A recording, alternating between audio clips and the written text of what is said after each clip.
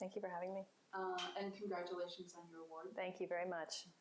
You're an investigative journalist. You've been with ProPublica for some time now, covering education most specifically. What brought the issue of classroom use of restraints to your attention? I got a phone call on my last day at the Atlanta Journal-Constitution from an advocate who I'd been in touch with for probably over a year, mostly on email.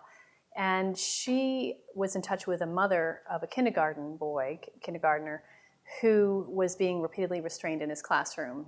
And she had tried to get the school to stop and had not been successful so far. And so this advocate told me this whole story, and I had not been aware that this was happening in schools, and so it sort of piqued my curiosity. And I knew I was looking for a new direction to go into as I moved to ProPublica. But then a few weeks later, I came across a report that was put out by a Senate committee about the issue, about restrained seclusion being used in public schools. They were reintroducing legislation that had been languishing for years in Congress that would have created a universal set of rules that would have restricted schools' ability to use these techniques. And the bill had gone nowhere, and it hasn't gone anywhere since then. But the report had cited some numbers, 66,000, I think it was, uses of restraint or seclusion in the 2009-2010 school year, which sounded like a huge amount to me, but it was really old data. And so I started looking around and found that there was a new data release that was coming up soon. You cite federal data from 2012 that indicates more than 250,000 instances of seclusion and restraints. And how many of those are children with disabilities? 267,000 combined restraints or seclusions. And we knew from looking into the data and talking to people that was, pretty quickly we figured out that was a huge undercount. But it was still a staggering number, and one that had never been reported before. Your opening vignette introduces us to Carson Luke, a 10-year-old boy with autism. Can you tell us a bit more about what happened? Basically, he had autism and had a lot of trouble communicating. He was verbal, he was able to talk, but had a lot of trouble communicating his wants and needs at times, and would get very frustrated, and that would happen in the classroom. Now, he had been at another school, and where they were able to manage his disability with no serious problems like this. He hadn't been restrained or secluded, my understanding was, at least not extensively at that prior school, but then the family had relocated for a job and had ended up in the school district in Virginia, where he was sent to a school that was a segregated facility just for students with disabilities. It combined some students with autism with students with emotional and behavior disorders. In some cases, his mother sat in the same room, and there was some bullying that was going on, and he was getting upset. And on this particular day, well, what would happen, I guess, when he would get upset is he would be escorted to this room, this cinder block room that his mom had walked by and not realized what its purpose was in the school. And he was very sensitive to sound, in particular the sound of the fan. And so he'd be, upset and sort of out of control, and they'd put him in there, and they'd threaten to turn the fan on if he didn't stop yelling. And they would sometimes, I guess, use the fan. And he found it so upsetting that on this particular day, when he was brought out into the hallway after, I think he was acting aggressively, he might have sort of hid or thrown a shoe or something like that, that he really panicked and was really out of control in the hallway. And several people sort of wrestled him down the hallway to this room and tried to sort of shove him in there and force him in there and slam the door closed really quickly.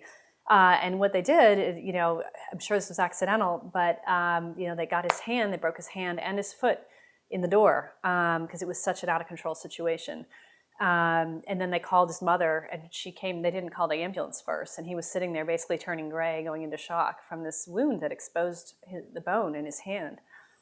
And his hand required surgery. He Yeah. was hospitalized for a period of time for the broken hand and broken foot. Right, they put casts on it. And yeah, I mean, all the stories that I've heard from families have been incredibly compelling. And you can just imagine from your own childhood, even if you don't have autism, things take on a larger life. And when you don't feel you're in control of where you are, what you're doing, it can be really terrifying. as a child, just a typically developing child. And then you add all the sort of sensory issues I imagine he had, and it just sounded like it was a House of Horrors type experience for him. And I don't think that was what was intended by the school officials. They just had a program in place that was, their procedures were leading to this type of treatment fairly regularly. You could see from the data this wasn't an anomaly there. Your article was accompanied by what you titled a pin down chart. Yeah, one of the findings that we had in doing this reporting was that there was really this incredible patchwork of regulation nationwide. There was very wide variation in state laws. There was very wide variation in regulations through state departments of education and in policies in individual school districts. And it just created this crazy situation where certain things that were prohibited as life-threatening in one school district, you could drive over the border to the next one and be allowed to do them to children as much as you want and potentially even not tell their parents about it. That one anecdote about the family in Michigan that was in the story, her son was being strapped to a chair, and it was a special chair that was supposed to be used for orthopedic support for a child that had maybe weakened muscle tone or something like that and needed some help. But what they were doing was use this sort of an off-label type use where they were putting the straps around him to keep him from whatever aggressive acts that they saw him doing that day, which she protested loudly, but I think it took her getting a lawyer involved for her to get that ended. What surprised you most as you worked on this story? I was surprised. The original tip that I got that got me into the story was not the one that ended up being the lead in the story. And what surprised me was how easy it was to find other people that had been through experiences that were terrifying. Frankly, it was not. This was not a very rare thing that I'd come across. Because when the first tip fell through, I thought, well, I'm not going to be able to find another family that had had a problem that was so serious. But it actually wasn't that hard, and that shocked me that it wasn't. That it was out there everywhere. Mm-hmm. Yeah, it was really something that seemed to be happening everywhere. What do you think that your readers and ours can do to change this issue? We don't take an advocacy stand on it, but there have been school districts that have been able to solve, these issues and handle some of these behavior issues that they've had with children successfully, and to help the children learn other behaviors, replacement behaviors, learn to regulate their behaviors better, learn to de-escalate, and help them get through a period, sometimes even developmentally, they can outgrow some of this. And the danger is that you traumatize them during this vulnerable time, and that becomes something else they're dealing with on top of whatever else they had to begin with. And so I would, I guess, urge people, positive behavioral supports and interventions is something that all school districts are supposed to be doing. And if your school district isn't and your child's having a problem, you might want to look into that and find ways to urge your school district to look at some of these other techniques for helping kids get past these points where they're getting to a point where they're so out of control that they're at risk of having one of these things done to them. Based on what you've learned from your research, what advice would you give to parents with children with disabilities when they send them off to school?